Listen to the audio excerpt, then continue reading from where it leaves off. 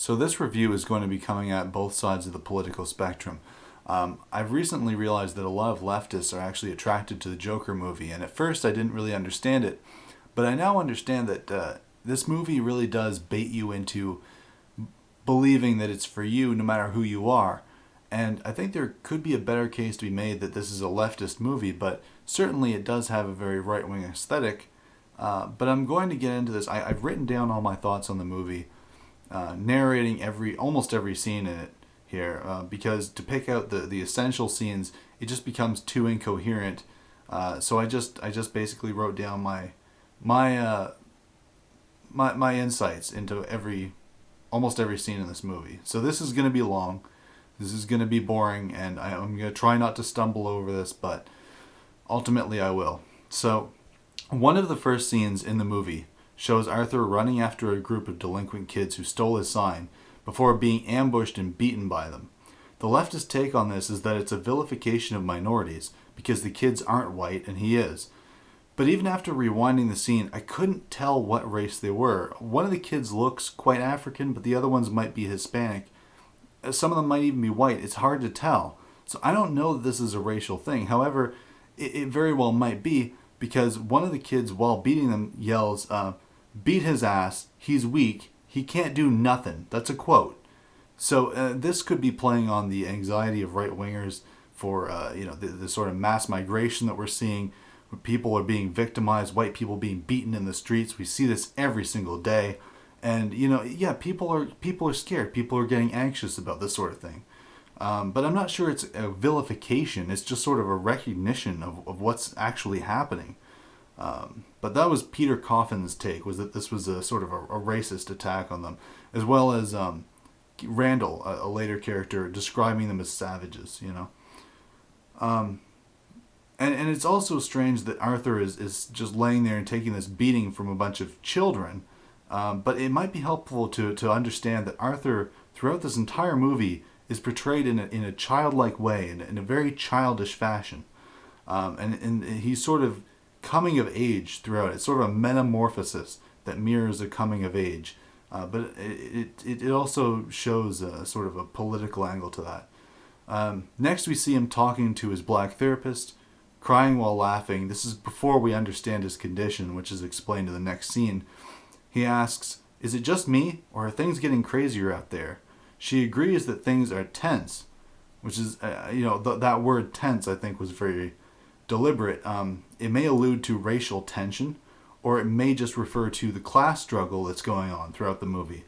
But that seems to be the leftist interpretation that, Arthur and his therapist are just both, they're both equal victims, they're both equal proletariats. But that really doesn't hold up to scrutiny, because there's a lot of conflict between the two of them, even in this one scene. Where was I? The power dynamic does suggest otherwise. For one, she's on one side of the desk and he's on the other. So there's this weird parent-child, or I should say teacher-student paradigm here. She speaks very authoritatively toward him. She demands that he give her this book that she said, I've told you to bring this book with you. Have you been writing in your book? Like a school teacher, right? And his response to that, it shows a close-up of his knee. He's tapping his foot on the floor anxiously, and then he complies with her and gives her the book. It's a very schoolboy sort of scene, which again alludes to his childish nature. When she asks him if he knows why he was institutionalized, he says, "Who knows?" Which I picked up on. That's kind of strange because, and look, you can call me tinfoil hatty, maybe this is way out there, but he could have just been dismissing the question. But this movie is very deliberate in everything that it does, so I don't know. It might be a reference to the Soviet, and I believe Chinese as well, the Maoist tactic of writing laws very ambiguously. So when people live in a sort of a communist society, they don't understand the laws, they don't understand what they're allowed to do and what they can't, and it keeps them from tiptoeing up to the line. It forces them to act in the most socially acceptable way that they know how, because they're constantly living in fear of being institutionalized. And in that way, Arthur doesn't know why he's being institutionalized. He doesn't understand the rules that he has to follow in order not to be institutionalized. And actually, he expresses regret that he's not later on in the scene, in the movie, excuse me. So, after another scene showcasing his isolation and revealing his condition by being scorned by a black woman for trying to entertain her son, we find him preparing his mother's medication and food. She endorses Thomas Wayne, a Trump-esque figure in a boomer MAGA sense of plan-trusting faith, with which Arthur illustrates by pointing out that she doesn't talk to anyone and lacks information. So she's talking about how great Thomas Wayne is, and everyone thinks so. He says, well, who do you talk to? You know, and this is a problem with a lot of boomers. In reality, they're isolated. The only source of information they have is the tube, and they just believe whatever they're told. And that is a sort of a real generational difference that we see in reality. And again, when you understand that this guy is sort of a poster child of the Zoomers, despite being, you know, a 40-year-old, you know, man, he is sort of a childlike in that sense, and contrasts the boomer-zoomer paradigm rather well. Next, we see him talking to his black therapist, crying while... Sorry, that's a repetition, my mistake. I don't know why... he begins to fantasize about the Murray show, imagining that Murray embraces him as a son and projecting his own fatherlessness onto him. So in the scene, Murray says, you know, I was that kid whose father went out for a pack of smokes and never came back. You know, that is sheerly his imagination, but he wants to think that this man that he looks up to as a father figure is in some sense, you know, like him, comes from a similar background perhaps. It's projection, right? Which is a Freudian theory. Projection is a Freudian theory, and there's you see another trend, another Freudian trend here very, very soon. So both Murray and Thomas Wayne are candidate father figures who play different roles to Arthur. Murray, in particular, acts as sort of an idol to him. He's someone that he looks up to, right? Because young men need idols, and he just wants to walk in his footsteps as a father figure. Because remember, Arthur is trying to be a comic. He's trying to be a comedian, just like Murray is. Sort of this Jay Leno figure, I think he is. So next, his coworker Randall offers him a revolver for protection after he got beat up by those kids, and he calls the kids a savage. Leftist thinks it's a racist remark. But while he is showing solidarity with Arthur in the scene, we know if you've watched the movie that this is fake. He's not going to maintain the solidarity for very long. He turns on him in the next scene that his name's even mentioned. He then meets his fantasy lover, a single black woman, a single black mother, whom the right despised, but accepted because later on in the film he kills her. So there's this weird thing where they're like, I don't like the fact that Joker has a crush on a black mom, a single black mom, is kind of cucking himself. But at least he kills her later on. It's like, bro, if this was meant to pander to you, if this was meant to be a right-wing narrative, he wouldn't have a crush on a black woman to begin with. Let's be honest. It would be a white woman. But this is sort of a slap in our face because she's being presented in this weird way where he's going to later on stalk her, suggesting that she's like this unattainable thing. Rather than, you know, a beautiful blonde Aryan virgin, she's a black single mother. And this is like the hottest thing for him. This is the woman he fantasizes about, this woman next door. So the next scene, we see him bathing his mother. At this point, I started to think maybe there were some Freudian parental dynamics at play. And I do feel vindicated by the end of this film. It's understandable that he would be, you know, helping his mother in this way, given the circumstances. But it's just a weird scene because she's clearly topless. He's washing her back. It's this pseudo-sexual thing that these people like to slip into these movies, and couple that with the murderous rage toward a father figure. It's a very coincidental thing, shall we say? You know, because the Freudian idea is every boy wants to fuck his mother and kill his father, right? That's which, coming from an incestuous, you know what, you can sort of see maybe he's the one projecting, right? And it's also strange when you realize that by the end of the film, his mother is also the only woman that actually loved him. So, while fantasizing about shooting someone for not being as good of a dancer as him, remember, this scene, his mother's in the bathroom, the gun accidentally goes off while he's dancing in the living room, pretending that he's getting compliments on his dance moves and saying, you know, who's not a good dancer? That guy, and blows a hole in the wall. Now, this, I don't really know how to interpret this, but I sort of think that it's him in this pedantic, trivial way saying, I'm better than this guy. I'm imagining someone that I could be better than, that I could be higher up on a hierarchy than. And maybe this is an attempt to show that, like, you know, this guy is, you know, you can empathize with him, but at the end of the day, he still has this longing to climb the hierarchy, right? But maybe that's a little bit too out there again. Sorry, this thing keeps panning back up on me. Yeah, so at this point he starts to stalk this woman that he's fantasizing about having sex with. About dating, about courting. I guess they're a bit more traditional in that way, if you could say that. But here it's where the line between what's imaginary and what's real becomes kind of blurred. By the end, it's made relatively clear, but a lot of people, according to Devin Stack, left the theater still believing that he actually had a relationship with this woman. And so he's stalking her, and then afterward, he imagines that she approaches him and says, "Oh, were you stalking me?" And they go on a date. But in reality, the only part of this that actually happened was the part where he's following her like a creep. But if you understood that, it would kind of undermine your empathy for him, I think, in a little way. At least from a leftist perspective, it probably would. So next, he's sitting. This is a very telling scene.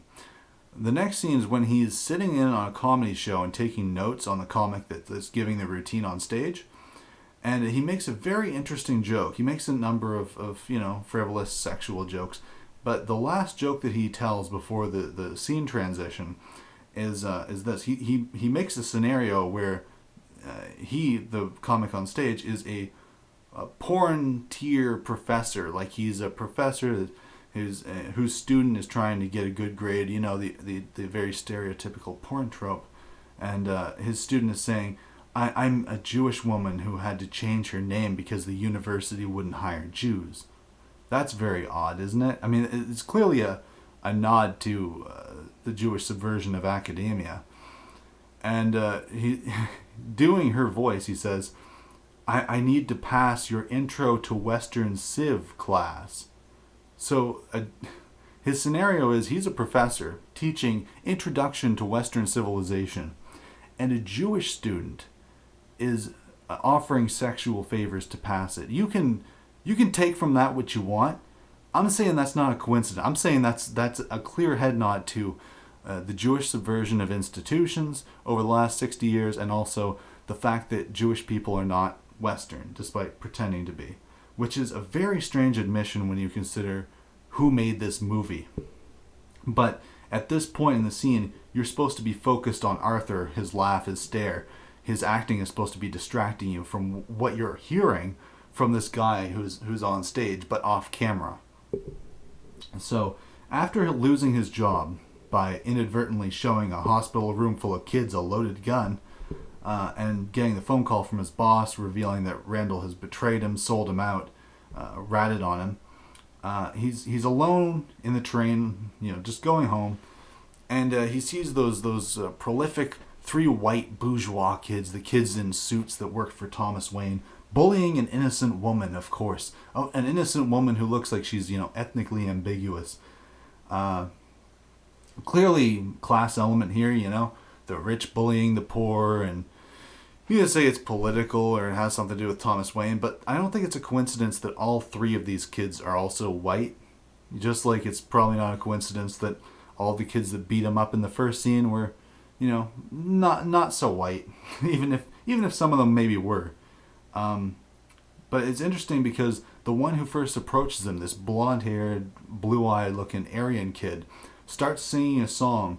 The song is called Send in the Clowns. It's a song that's been covered many times, but it was originally written by a man named Stephen Sondheim. And he was a musical theater composer, a very famous one throughout the 1950s. As you may have guessed, he's also Jewish.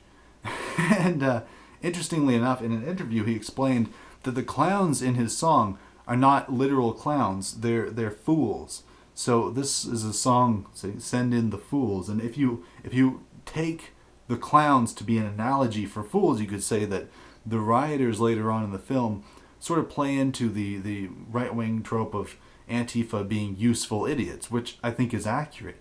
But you could also say that this is how, Jewish people view these people as useful idiots, because that's what, it's hard to say whose perspective that they're approaching this from. But they're playing into, a number of leftist tropes in this theater as well, misogyny and racism and such. Then we see the first iconic dance scene. The first iconic dance scene where the music is playing and he's dancing like a swan. This very artistic, very theatrical dance, but it's very feminine. It has a very feminine aesthetic to it.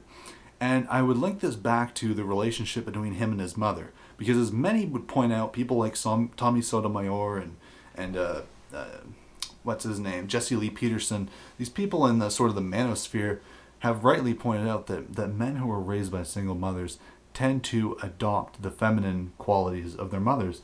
If they don't have a strong male role model, they learn their mannerisms from women.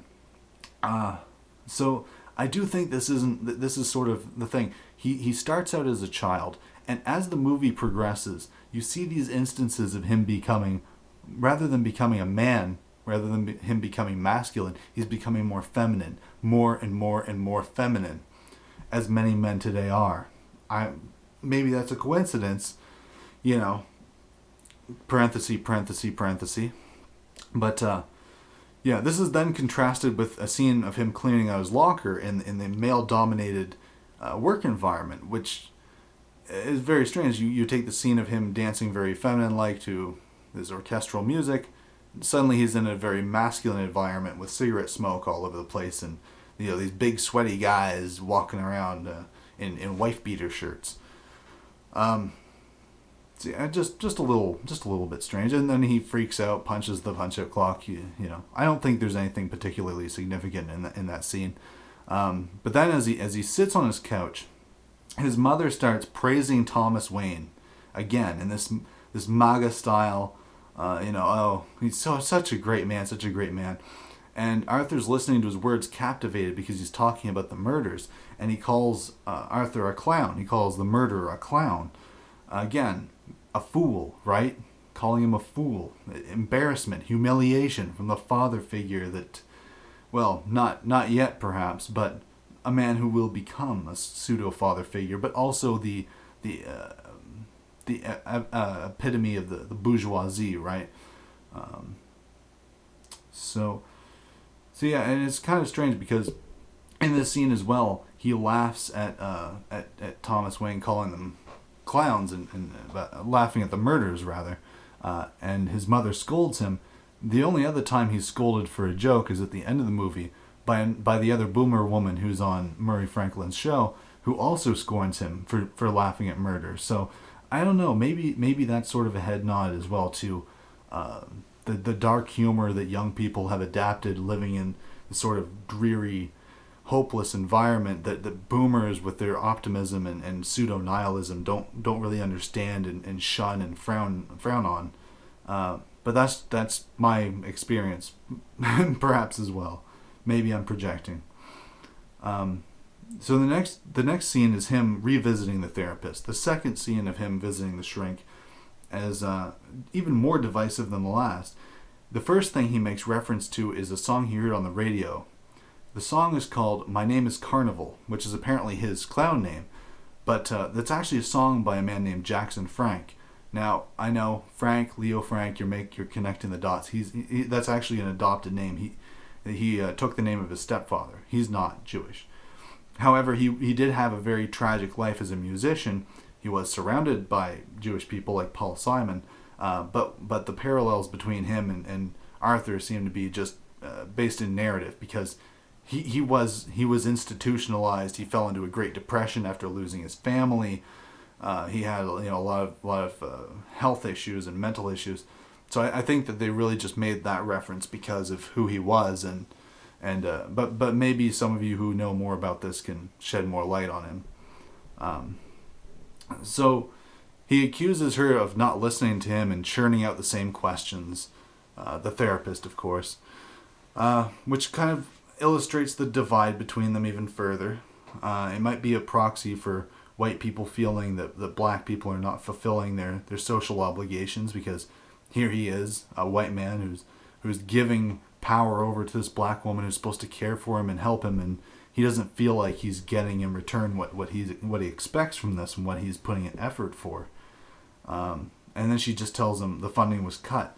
Now, the phrasing of her next line is very telling, I think, because she could have said, "They don't give a shit about us," right? That would be a unifying statement, and that's how a lot of leftists want to see this, as two people on the same side. But instead she says, "They don't give a shit about you." And then she pauses, and then she says, "And they probably don't give a shit about me either."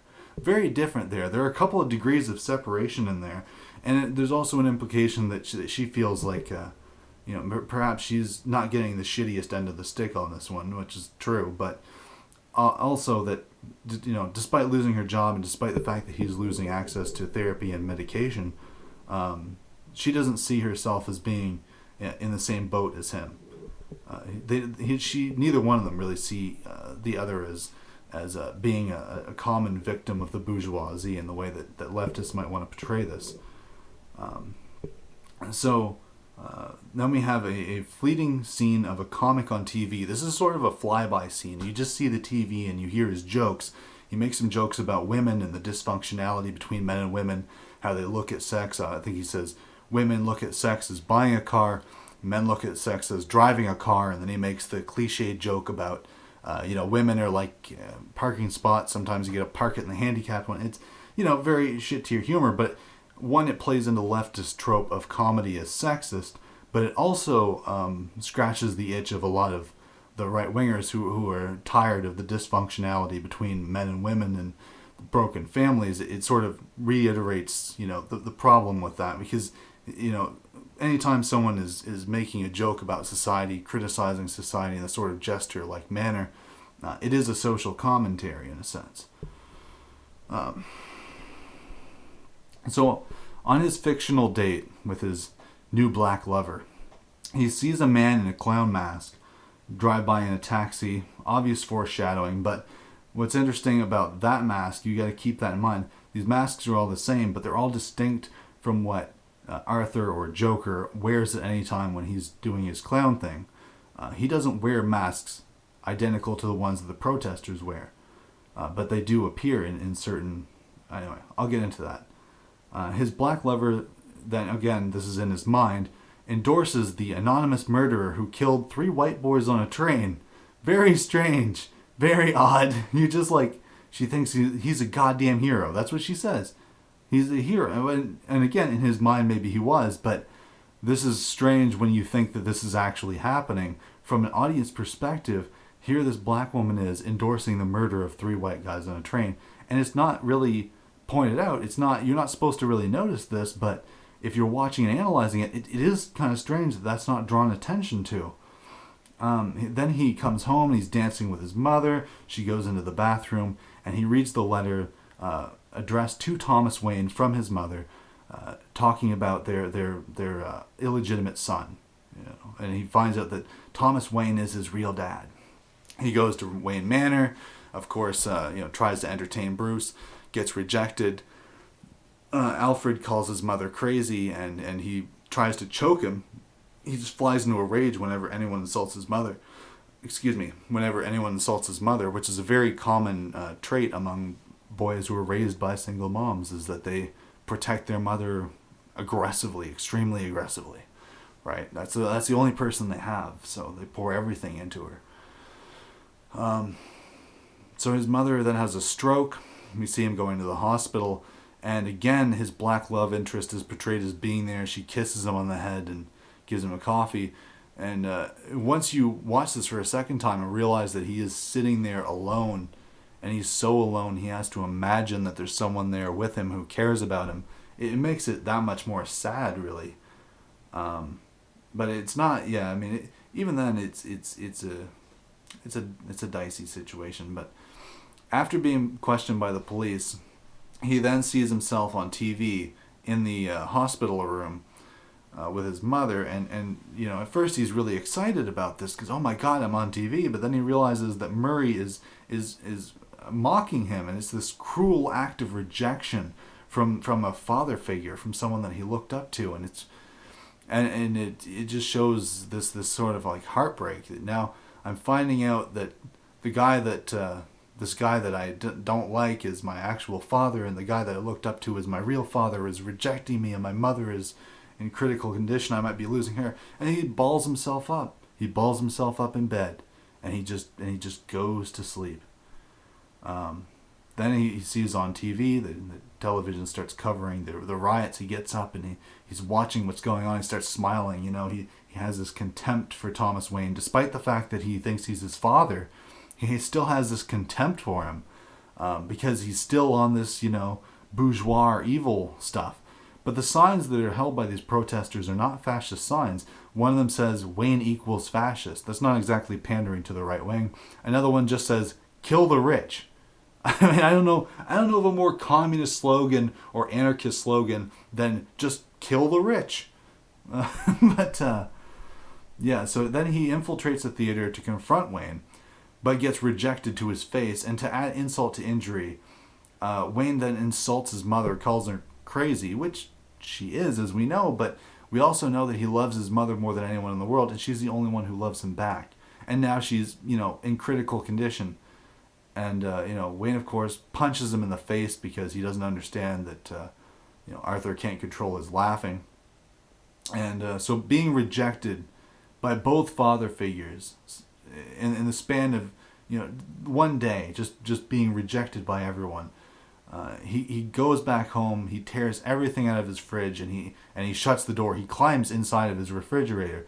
And this reminds me of all these scenes you see of which are very realistic, by the way, of like young children who when they witness parents fighting, it's so traumatic for them that they regress, they isolate themselves, they board themselves up in their room, they plug their ears, they don't want to hear it, they don't want to be exposed to it, they understand it's damaging, right?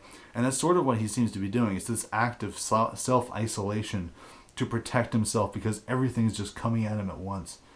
And again, this sort of plays into the white victimhood narrative, but of course it's also a symptom of the sort of Freudian ideology that permeates the parental relationships in the movie.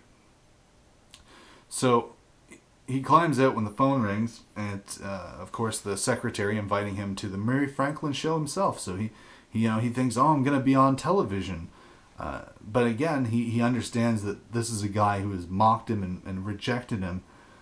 So I imagine it's meant to be bittersweet, but he appears excited for it. He goes to the asylum to try to find out if what people are saying about his mother is actually true.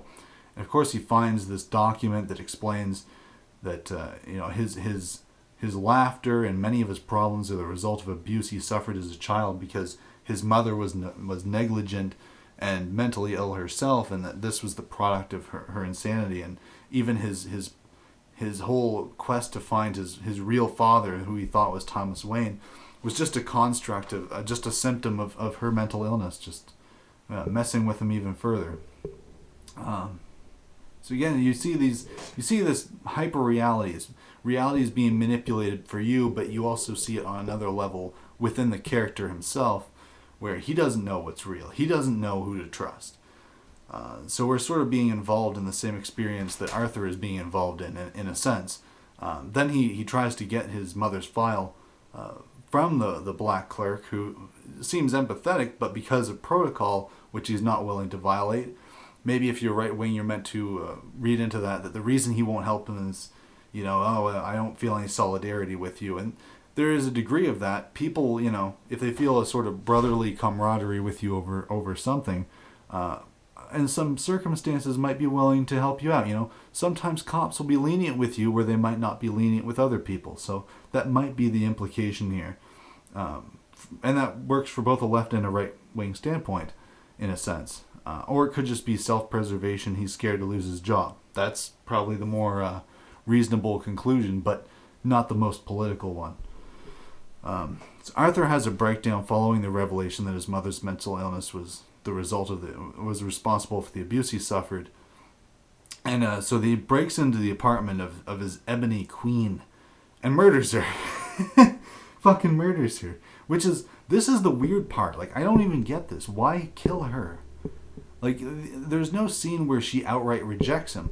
There's the scene where he pretends to put the gun to his head to sort of entertain her son, and she's creeped out by it. But he never approaches her. He never walks up to her, right? It's all in his mind. So ironically, the black woman, the only non-white person in the entire movie he kills is a black woman, and she's also the only one that you're meant to feel sorry for. She's the only one who's innocent. She's also the only one that he mourns. The next scene, he's sitting on a couch crying with this uncontrollable laughter mixed into it. But in the scene following his mourning of the death of this woman that he fictionally courted, he then suffocates his mother in her hospital bed. Now he says during that, I used to think my life was a tragedy, but it's actually a fucking comedy.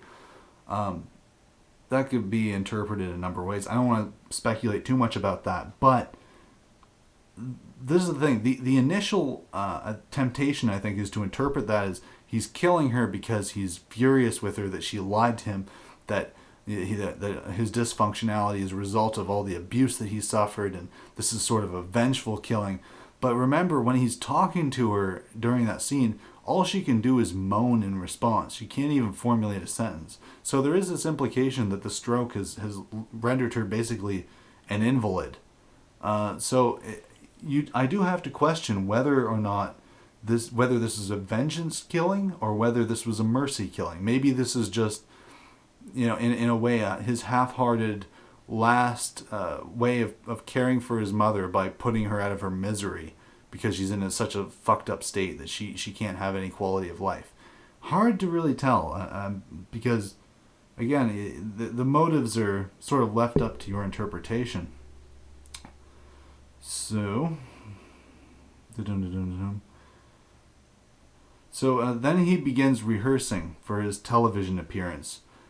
This is in his apartment, and he's watching television. And what's really interesting about how they do this scene is, at first the audience is cheering and reacting in league with the show he's watching, the Murray Franklin show.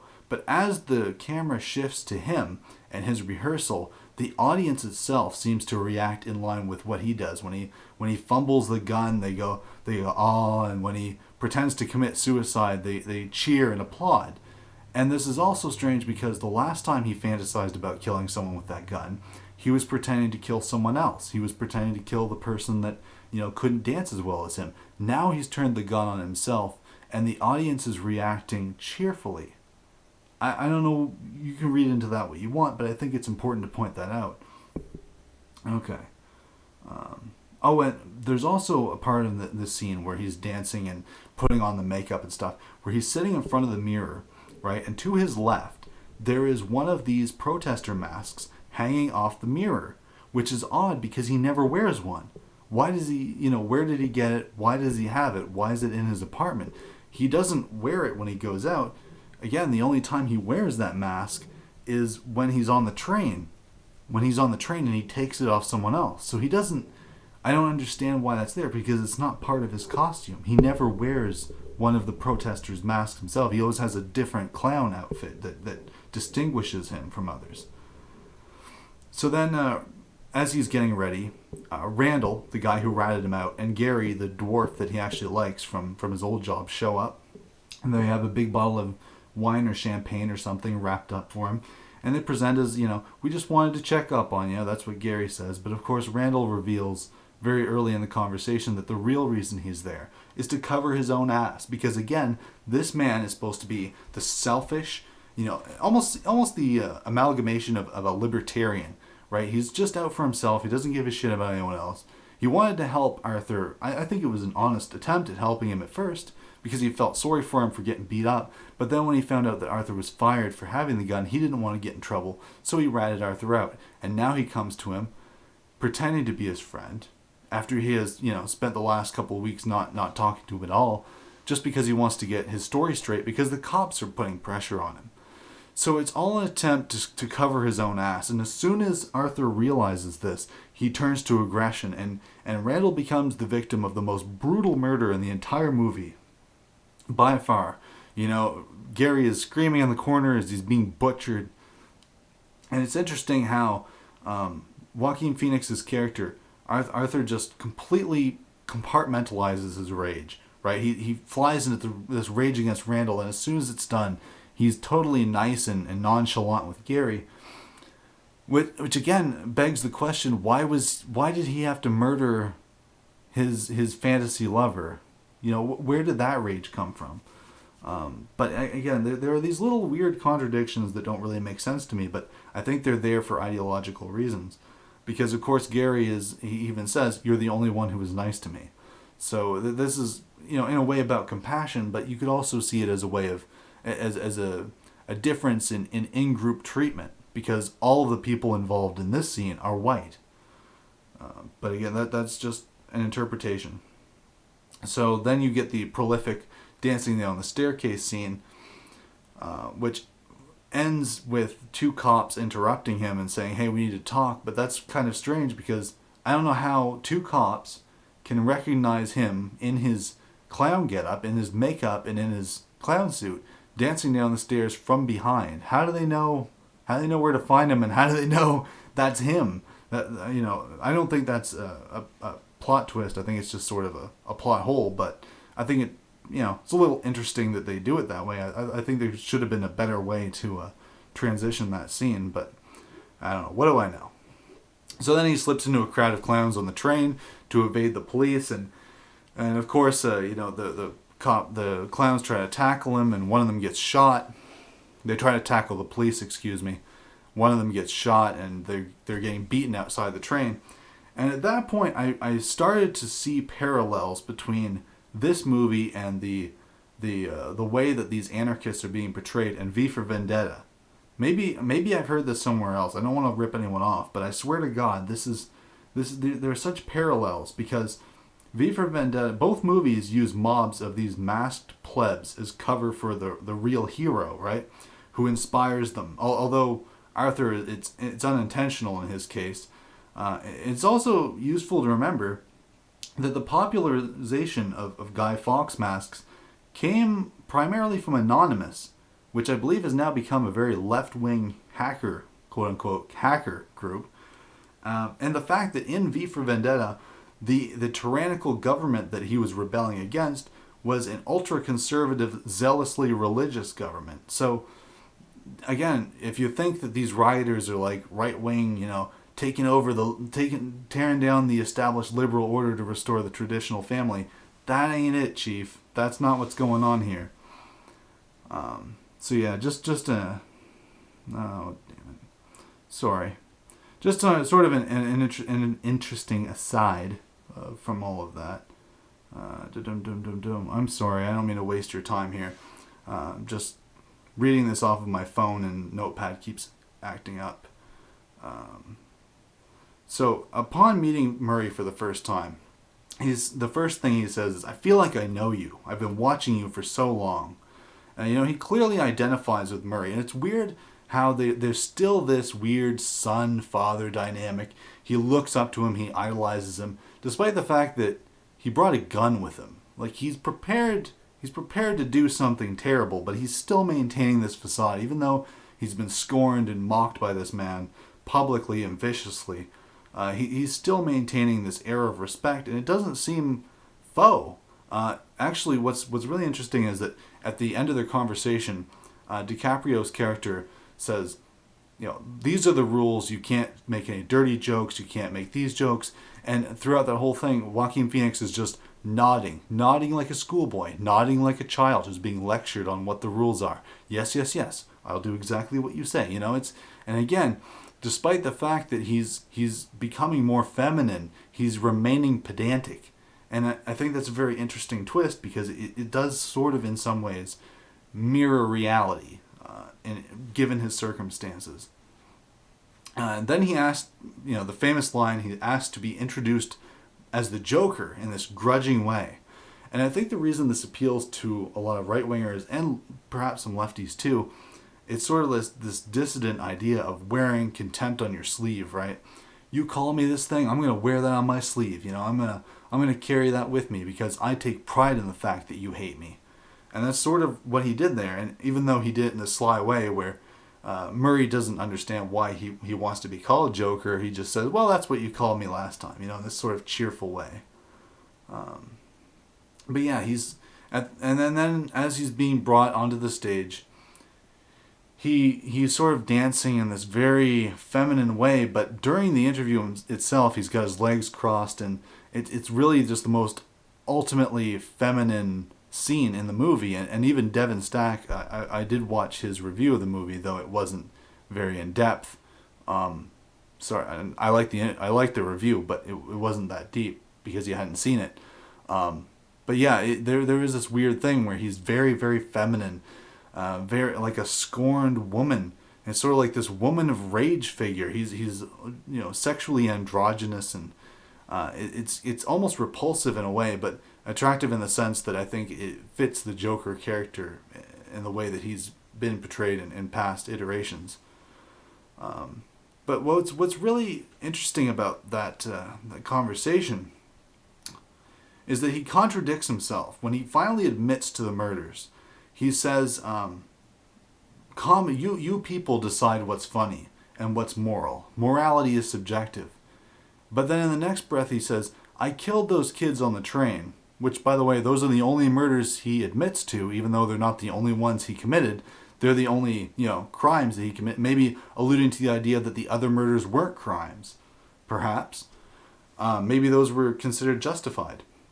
But anyway, he says morality is subjective, and he blames mob rule for his persecution. But then in the next breath he says, I killed those kids because they're awful.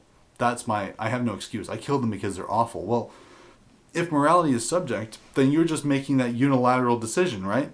But in a sense, if you see that scene, depending on how you look at morality, whether you think it's a democratic thing, it's just something that we make up through culture, which is a lefty idea, or whether you're right-wing and you think it comes from God, or it's just an objective unilateral thing, you can sort of focus on either or line and come away agreeing with it, even if, he didn't really say anything. He really just contradicted himself blatantly. But the first time I watched this, I really didn't pick up on that. And he also says they couldn't carry a tune to save their lives. That was another one of his responses, which, of course, is, again, another reference back to the Stephen Oppenheim song. So that's two references to this song written by you-know-who. And what's interesting, he says, about Wayne and the bourgeoisie in general, we can extrapolate. They think we'll just take it like good little boys, that we won't werewolf and wild out. Go wild, excuse me. This teenage rebellion thing, that almost sounds like a quote from some book in the 80s. It might be. I tried to look up this quote, but I didn't find anything. But it is sort of this teenage rebellion thing. And, a lot of people lay that at the feet of the same kinds of people who made this movie. Again, the meta-narrative is not in the actual movie itself. It's not any of the characters. It's not the plot. It's these little things they sprinkle in to hint at the people who made this. So you can call me crazy, but I think it is an admission of guilt on these people who stoked the flames of teenage rebellion decades ago. And it's also very bizarre. It's a very I don't want to say out of character. It wasn't out of character, but it was a bizarre response to an accusation or a confession of murder. And what's even weirder is how Murray responds to this with you're so self-pitying. Like, the guy committed triple homicide, and you're talking to him like he's a child. But that is the dynamic that is retained despite circumstances, despite dialogue. It does contribute to the movie. I'm not criticizing it for that, but I think it reveals that this is an intentional narrative. I'm not just making this up. This fatherly figure idolization stuff, it is a very pivotal part of the movie. But I think it's important as well to understand that this isn't necessarily a condemnation of its circumstances, or they're not necessarily saying that this is a problem, because again, this movie seeks to endorse a very left-wing narrative of revolution and dissidence. And the final act of this scene is, of course, Joker, after killing DiCaprio, walking over to the camera and saying, well, he's about to say, "That's life." He said, and always remember, that's, and then it cuts off. So he's quoting Murray, his famous line throughout the entire movie. Every show he always says, "That's life," from the famous song, right? And maybe this is an allusion to the fact that he's overcome his father figure's legacy, right? He's killed his father, just like Freud wanted him to. And, now he has surpassed the legacy of his father, in a sense. He's taken his motto and regurgitated it on the night of his death.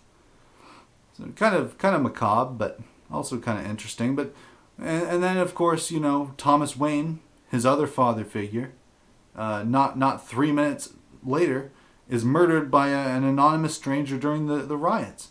So in a sense, his actions led to the death of both father figures and his mother. So he's killed his entire, what you might want to say, family or attempted family, surrogate family. But this brings me to the conclusion of all of this. So what's the meta-narrative? Well, in any comic book, there is at least one hero and one villain. And I know this is a gritty movie. It's supposed to be, it's not meant to be based around the Joker himself, but it does use DC characters, and even New York City is the template for Gotham, right? Gotham City is based on New York. So in a sense, it is very much DC oriented.